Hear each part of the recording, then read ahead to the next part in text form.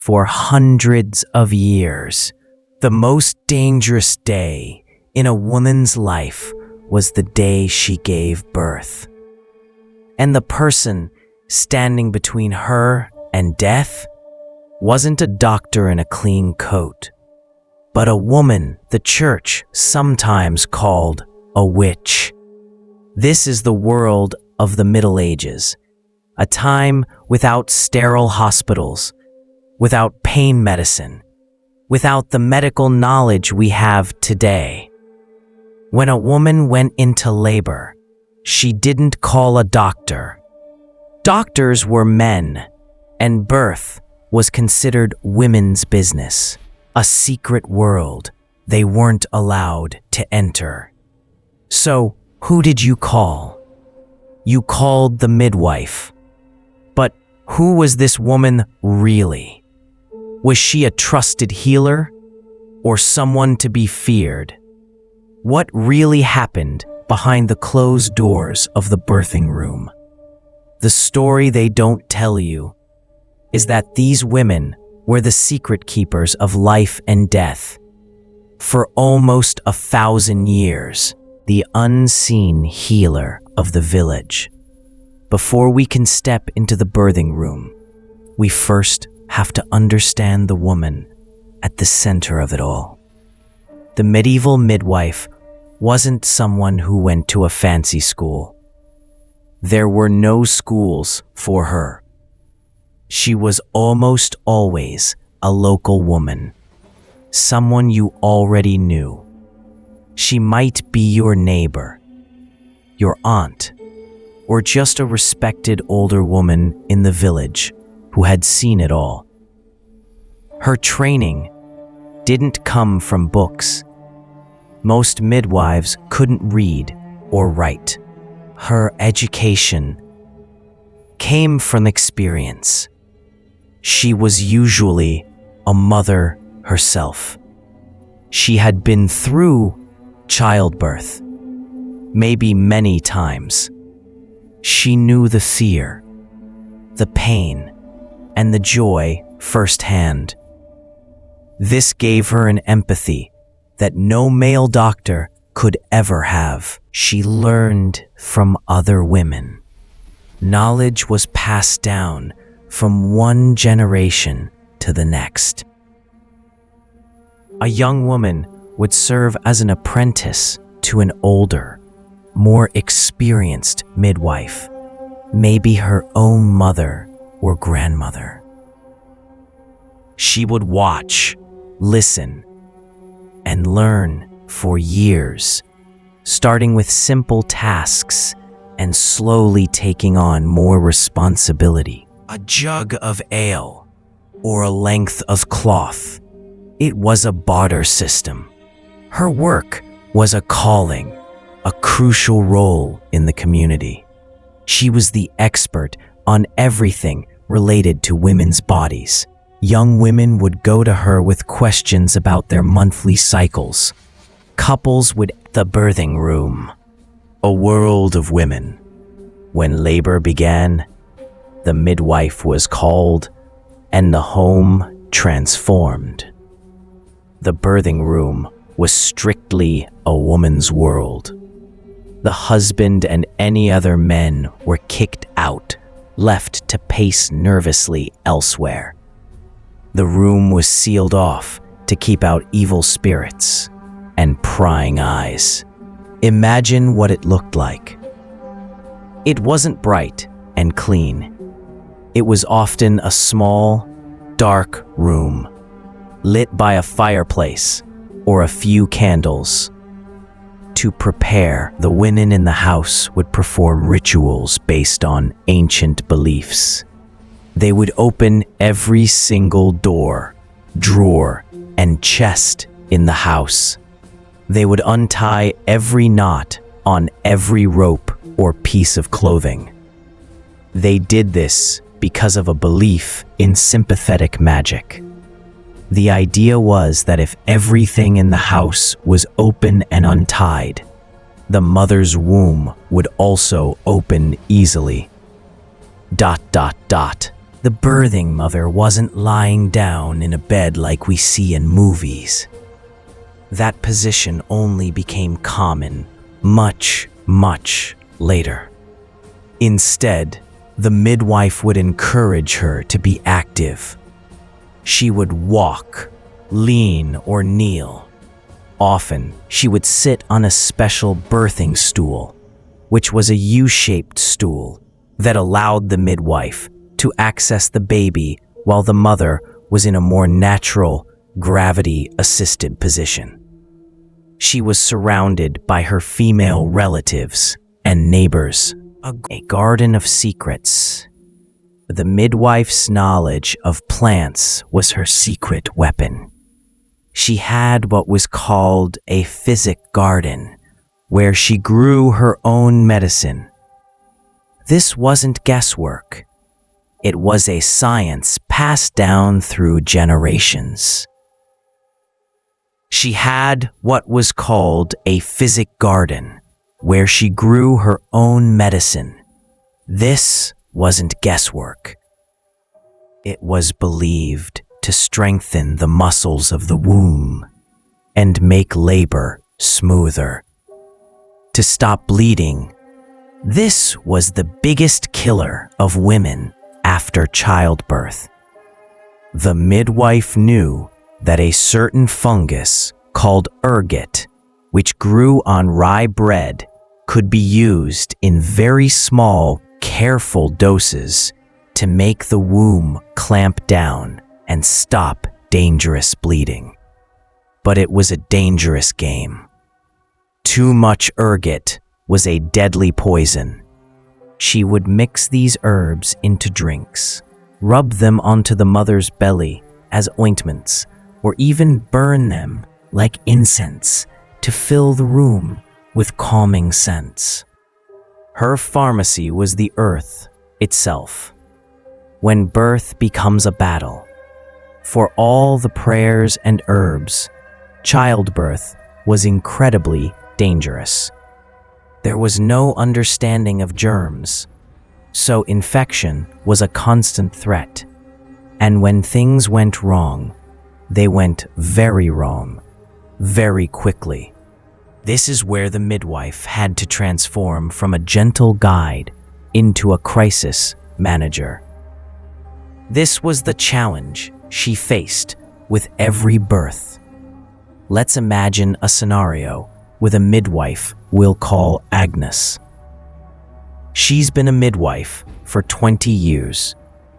She's in a small cottage with a young woman named Elara, who is having her first baby.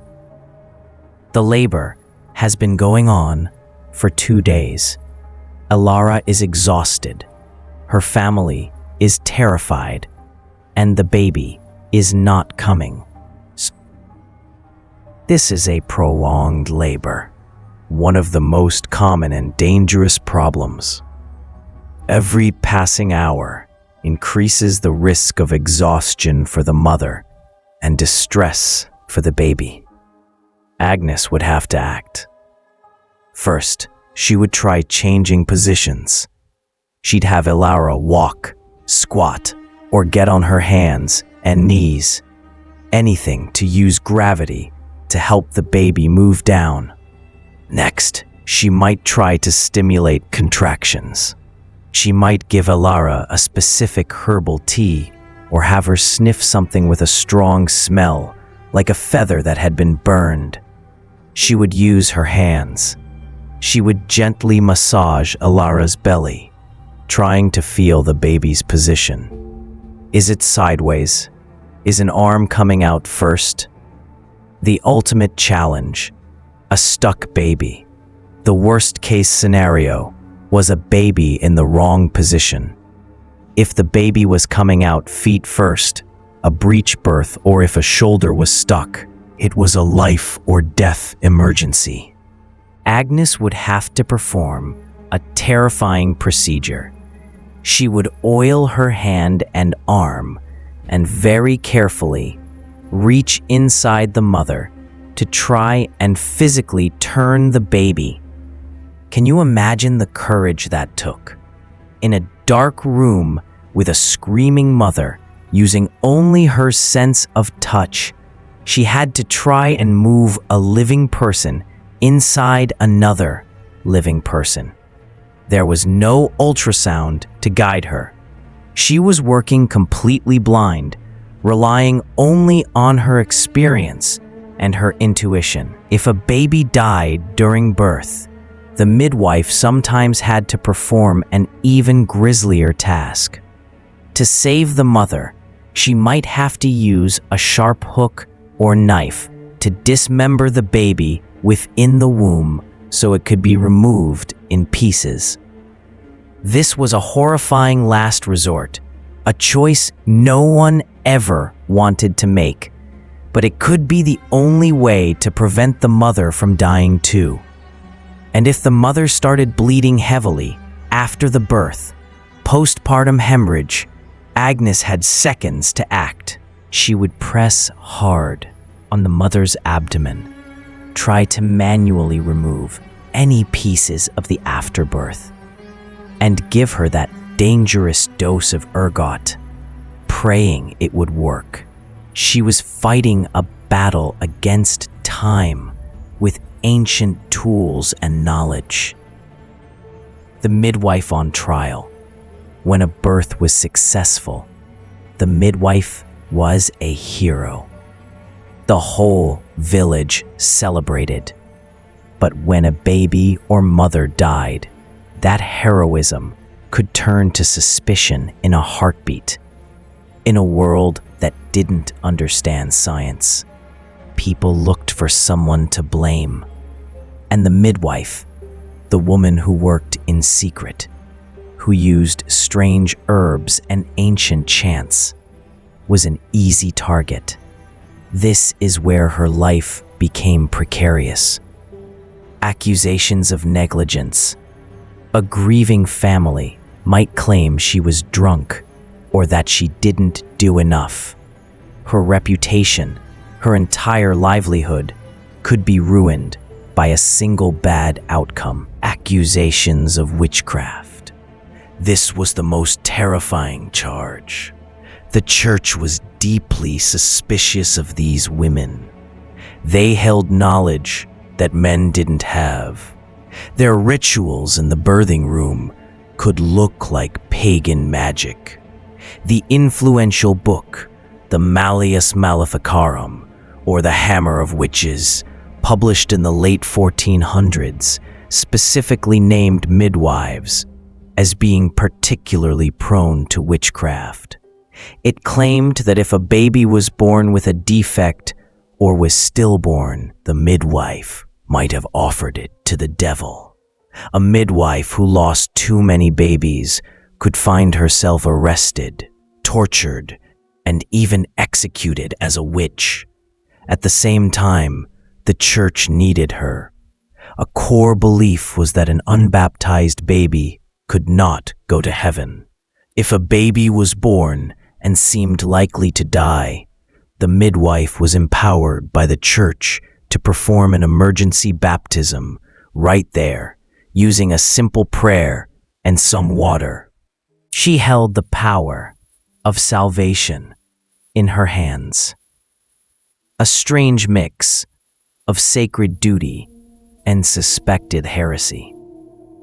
Her relationship with male physicians was just as complicated. University-trained doctors were starting to appear, but they looked down on midwives. They saw them as ignorant, dirty, and superstitious. However, these doctors rarely attended births. It was considered beneath them and improper for a man to see a woman's naked body. They would only be called in as a last resort when the midwife had failed and the mother was likely already dying.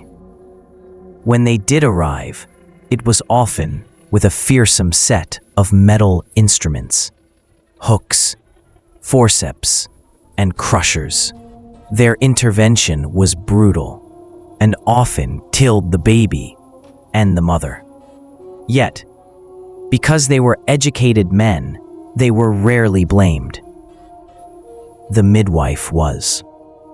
A birth in the year 1350. Let's return to Agnes, our midwife. A call comes in the middle of the night. It's the blacksmith's wife, Isabel. It's her third child, but something feels wrong. Agnes grabs her bag of herbs and cloths and rushes over. The birthing room is already full of Isabel's sisters and neighbors. They are praying quietly. Isabel is on a birthing stool, sweating and in pain. The contractions are strong, but after hours, there's no progress. Agnes examines her. She feels not a head, but a tiny hand. The baby is in a transverse position, sideways. It's an impossible birth. If nothing is done, both Isabel and her baby will die. The room is filled with fear. The women look to Agnes. She is the only hope. She has to remain calm, even though her heart is pounding. She has a choice to make, a terrible one. First, she tries to turn the baby from the outside, massaging and pushing on Isabel's belly. It doesn't work. The baby is stuck fast. The only option left is to go in. Agnes has Isabel's sisters hold her down gently. She whispers words of comfort to Isabel, telling her to be strong.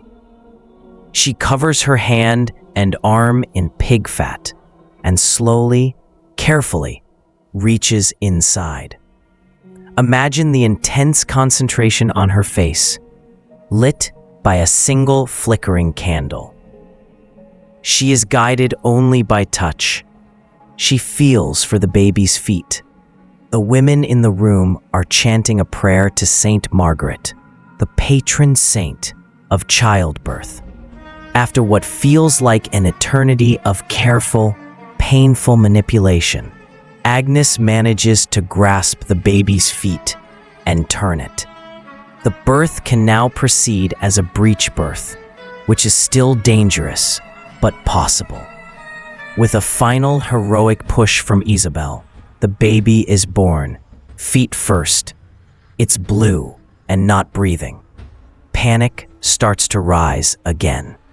But Agnes is prepared. Period. She immediately dips the baby into a bucket of cold water to shock it into taking a breath, then rubs it vigorously with a rough cloth. A tiny, sputtering cry fills the room. It's a boy. He's alive. The tension breaks. The room erupts in tears of relief and joy. Agnes finishes her work, delivering the afterbirth and making sure Isabel's bleeding stops. She prepares a calming drink for the new mother and cleans the baby. Her job is done. She will be paid with a fine new shovel from the blacksmith, and the entire village will know that Agnes once again cheated death. The legacy of the midwife. The story of the medieval midwife is the story of a forgotten hero. She worked in the shadows, using knowledge that was both practical and magical. She was a pillar of her community, yet she lived under a cloud of constant suspicion. For every life she saved, she risked being blamed for a life that was lost. She stood at the gateway between life and death, armed with little more than her hands, her herbs, and her courage. Her world of female-led, holistic care eventually faded away as male doctors with their scientific instruments took over the birthing room. She was the one who brought new life into a harsh and unforgiving world. Her story isn't just about the Middle Ages. It's the hidden history of medicine, of women, and of the incredible resilience of the human spirit. If you want to discover more about the strange and often brutal world of medieval medicine, check out our next video on the wild life of a barber surgeon.